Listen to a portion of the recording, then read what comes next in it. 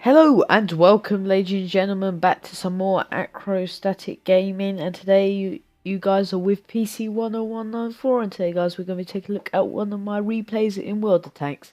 And today guys we're going to be in the tank that is getting removed from the premium shop in the next patch, because it's said by the developers to be too overpowered.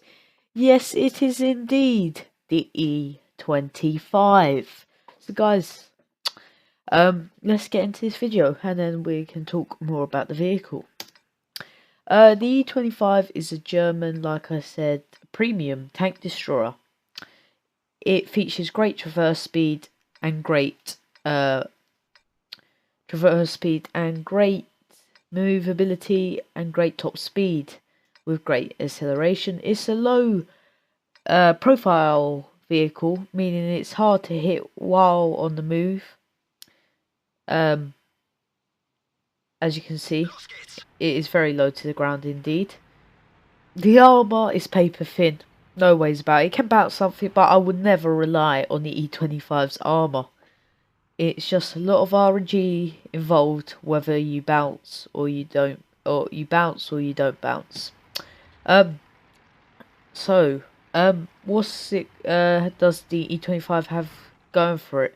First thing is, it's got great rate of fire. You can get the reload below 2.5 seconds. Also, guys, it's got great fuel range for its tier of a tank destroyer. Another positive, it's a premium tier 7 tank destroyer that has preferential matchmaking. So preferential matchmaking meaning it can only get into tier 9's games. Tier 8 games being a tier 7 tank destroyer. That means it can only meet one tier above its own tier when it's got preferential matchmaking. It's a good plus. However, as you can see here, the penetration is slightly lacking at only 150, and the alpha damage is a lot more lackluster at around 115. So let's get into the video. As you can see, I was taking out tier 5 heavy tank, and I tracked the Fury, so I should get quite a good amount of experience for being able to yeah, I believe actually the alpha damage is 135, which is not that much better anyway. But anyway, as you can see, it's really accurate as well, the gun. As you can see, I hit that, I believe it was the T-34 tier 5 Soviet medium tank from all the way over here when he was travelling at full speed up that hill. So I'm now trying to look for a clean engagement where I can shoot from afar and not have to take any damage. Fortunately, I don't think this is going to be the position, so I'm going to move around. But then, obviously, I'm a bit indecisive and decide to go and spot, being a bit more aggressive, because I've been playing quite passive up to that point. Even though I was one of the first tanks to be spotted and start a conflict. So, as you can see, his position is a lot better. I'm able to snipe tanks in the side. I get spotted, however, and there's a tier 7 German heavy tank, tank destroyer rather, with a rather nasty gun. So I turn my attention to him. Will I get another one on? I do. So that's a great trade. I did a whopping 273 damage without taking any damage in return from my counterpart in the hard to pronounce German tier 7 tank destroyer, like the armoured one, compared to Jagdpanther 1 or Jagdpanther. So I'm trying to start this Black Prince. I'm penetrating some of the shots, but when he starts to angle, and then I see a tier 6 premium tank, the Panzer 4S. He's behind rock in a hard cover, so unfortunately I cannot snipe him. But I'm just going to get my gun aimed in the rough area. And I see the M7's being a bit more confident, so I'm going to punish him as well, guys. There's also a KV-80 IS, and I'm actually penetrating the side of his turret right here, guys. Because the turret on the IS is one of the weakest parts of its armour, especially like side and rear. Especially like all round, the turret armour is pretty bad for a tier 7 heavy tank. Especially if you compare it to that infamous T-28 American tier 7 heavy tank as well. Like, that's just well known, renowned basically for its great hull armor. Not hull armor, I mean turret armor. Hasn't got that good of hull armor, but it's comparable to the IS. Anyway, I'm showing you guys one of the key features like I spoke earlier on the video, guys. It's got great speed. I managed to rocket up in to a flanking position on the hill. Now I got full hit points and the game's basically over. It's 5 tanks difference and we're capping, so yeah. Oh no, it's a 4 tanks difference, but we got 1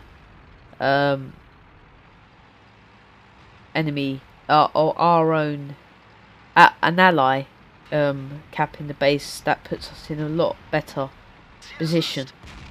Me and this T-37 have the same idea. I try and hit the IS on the move. He puts 1 big shell into me, unfortunately. He's getting shot from all directions now. Bouncing off his rear armor. But then I aim my shot a bit better. Now I go for the rear armor, and I'm not sure if I penned or not.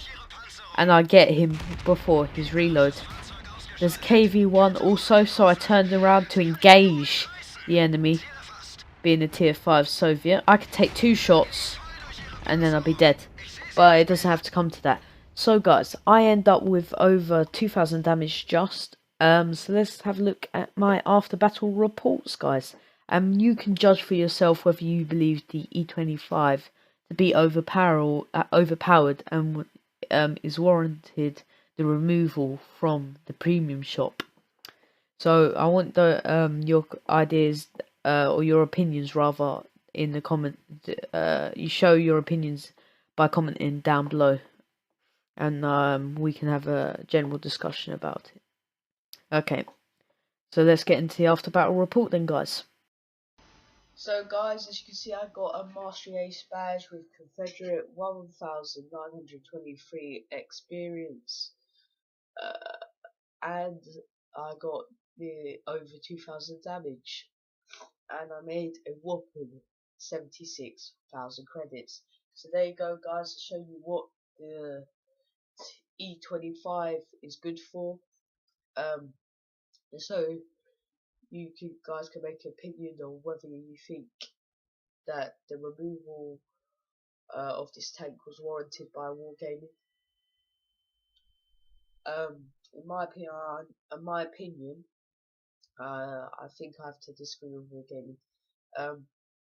It's just one game mechanic that was changed in the previous patch that makes this they could only argue and makes it OP, and that is obviously tank destroyers used to, when they're shot, used to keep some more of their camera rating than any other tank in the game. This was changed except from premium tank destroyers, due to the fact that we are paid for them. So they're going to change anything, nerf it, say, then there would have been a quite large upset and uprising in the Wargaming or World Tanks community rather. So yeah, that's why I think they didn't do it. Anyway guys, that's the end of the video. Like, comment and subscribe for more. But for now guys, I'm out. Bye.